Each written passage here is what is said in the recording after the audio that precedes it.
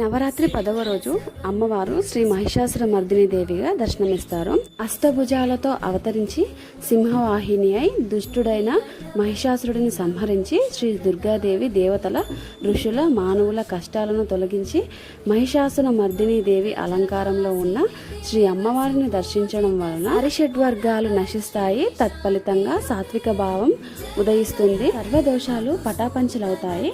ధైర్య స్థైర్య విజయాలు చేకూరుతాయి. ఈ రోజు అమ్మవారికి నైవేద్యంగా ఇక్కడ నేను చక్కెర పొంగలి చేస్తున్నాను. ఇక్కడ నేను చూపించే ఈ చక్కెర పొంగలి మనకు గుడిలో నైవేద్యంగా పెట్టే చక్కెర పొంగలి లానే ఉంటుంది, అచ్చు అలానే ఉంటుంది.